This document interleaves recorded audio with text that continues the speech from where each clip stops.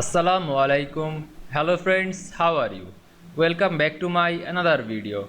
In this video I am going to show you how to create a spider graph in Keynote. Let's get started. At first you have to open your Chrome browser, then open your iCloud Keynote, then create your presentation. Now you can see here are my presentation. Now I select my first slide, then create a spider graph. You can see here are graph option, just press on it.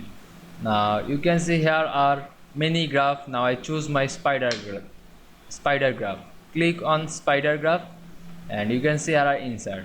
Now you can edit this spider graph on edit chart data. There are many options to edit this data. Now close these windows. Now you can see I create a spider graph in iCloud Keynote very easily. I hope you enjoyed my video. Please like, comment, share and subscribe my channel. Thanks for watching.